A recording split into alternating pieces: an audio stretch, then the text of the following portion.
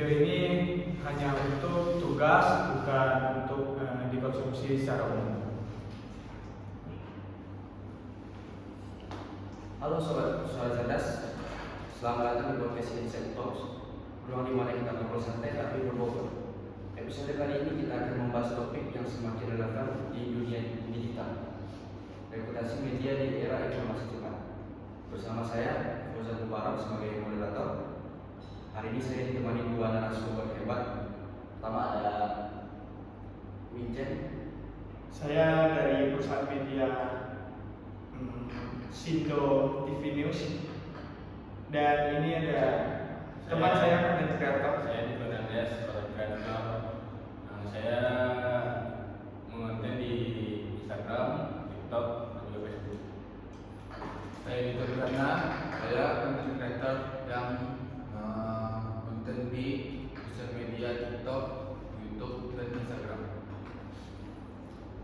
Oke, kita mulai dari yang mendasar dulu ya. Banyak yang bicara tentang reputasi media, tapi mungkin belum semua paham.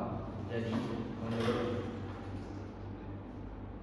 Bang Wincen, apa sebenarnya reputasi media itu?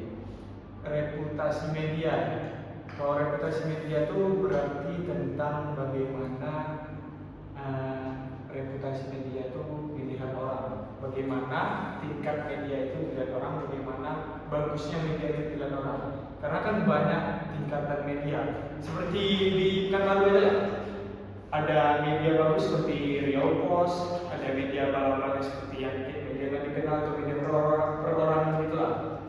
Nah, jadi penting bagi tiap media ini menjaga nama baik medianya agar reputasi media baik dan medianya juga banyak dikonsumsi orang nanti. Menarik. Nah, kalau dari sisi content creator, bagaimana kamu melihat reputasi media dalam hubungan dengan para pembuat konten independen seperti kamu? Menurut saya, kalau di sosial media itu penyebaran informasi itu lebih cepat ya.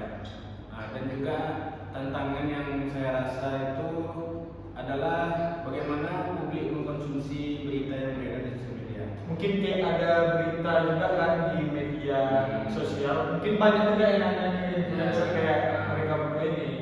Nah, jadi ini tantangan juga buat mereka bagaimana cara menjawab. Bagaimana agar publik itu tidak semata-mata mempercayai sumber yang tidak kredibel atau yang tidak punya media yang terverifikasi.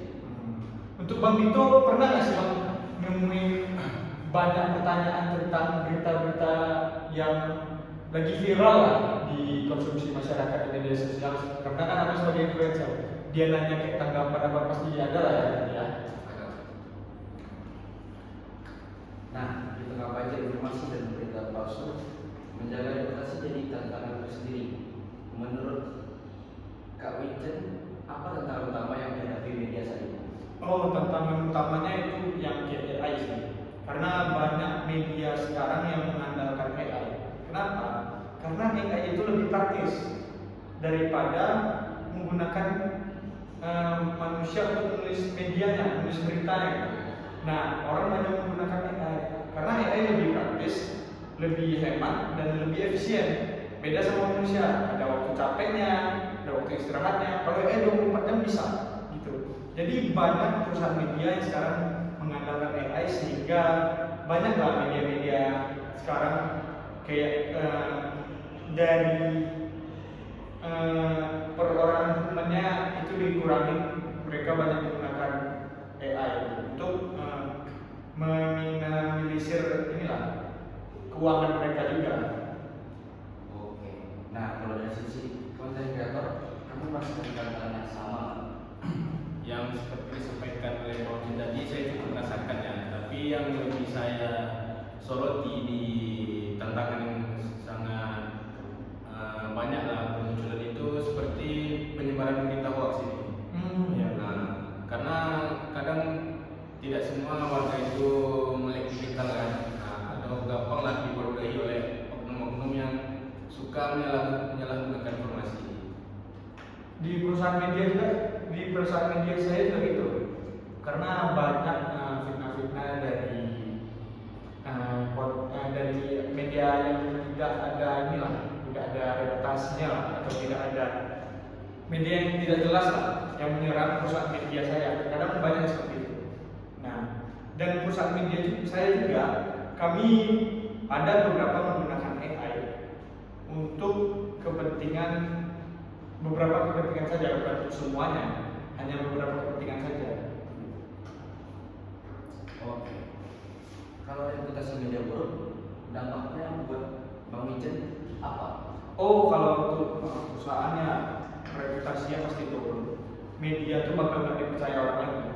Contohnya kayak misalnya lah, medianya memberitakan hoax seperti menimpa itu pasti media ini bakal dipandang jelek terus ke depannya, sehingga orang bakal mengira ini media tidak bagus, tidak usah dikonsumsi lagi gitu. Mungkin kayak Bang Dito juga pernah disebarkan fitnah juga, mungkin dari kan seorang content creator juga kan, mungkin dia merasakan juga lah kayak saya rasakan di fitnah-fitnah, tidak berita hoax gitu. Oke. Jadi efek dominonya bukan cuma pada lembaga tapi juga pada masyarakat luas. Nah, pada masyarakat luas, karena kan yang mengkonsumsi berita kan dari masyarakat juga kan. Nah, banyak berita itu kadang banyak masyarakat yang mengkonsumsi berita hoax yang tidak sesuai dengan konteks lah, misalnya tidak sesuai dengan kebenarannya. Karena kan rentan, kadang menurut saya pribadi, banyak rentang usia 30 ke atas tuh mengkonsumsi media berita-berita hoax gitu. Nah, maka mungkin jadi peran penting juga kan untuk dua influencer ini untuk memberitahukan kepada publik atau halayak ramai untuk mengkonsumsi berita yang benar-benar berita, tidak berita hoax. Mungkin ada tambahan dari Bang Dito ada. Aku tambahan bang, bangun kayak dampaknya bangun personal branding yang selaras sama nilai kejujuran. Jangan asal ikut tren cuma demi exposure. Penonton sekarang peka banget.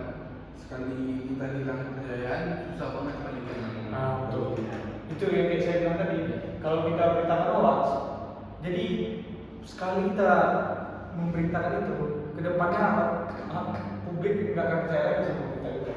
Bukan hanya reputasi Iya. ya, saya citra diri Citra diri kita kita rusak. Perusahaan pun pasti turun kan. Dampaknya sangat signifikan. Tapi kalau menurut Kak Wijen nih, apa strategi konkret untuk menjaga atau menjaga reputasi media? Nah, butuh media sekarang butuh menggunakan new media atau media baru seperti media online, media sosial untuk perusahaan media sebenarnya membutuhkan dua itu agar tidak ketinggalan, karena kan banyak media sekarang yang menggunakan podcast kayak kita nih. Nah, banyak juga yang menggunakan media sosial untuk memberikan pemberitaan.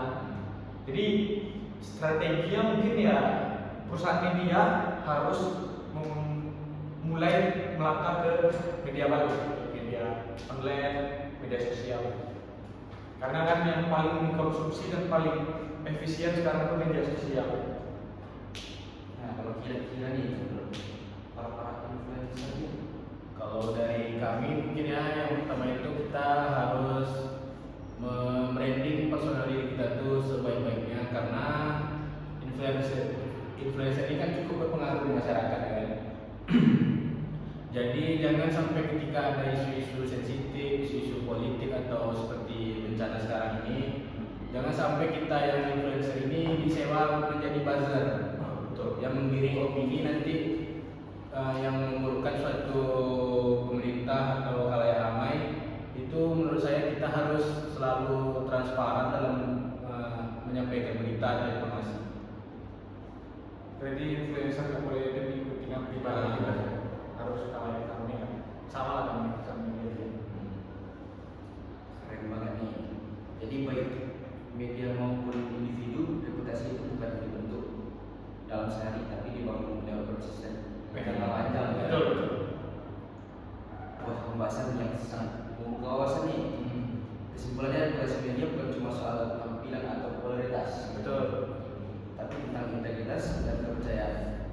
Terima kasih untuk Kak Wijen dan Kak Dito atas atas waktunya. Semoga obrolan ini bisa jadi pengingat buat kita semua. Di era digital, kredibilitas adalah mata uang paling mahal. Sampai jumpa di episode selanjutnya. Insect Talks, tetap kritis dan bijak dalam menemani informasi.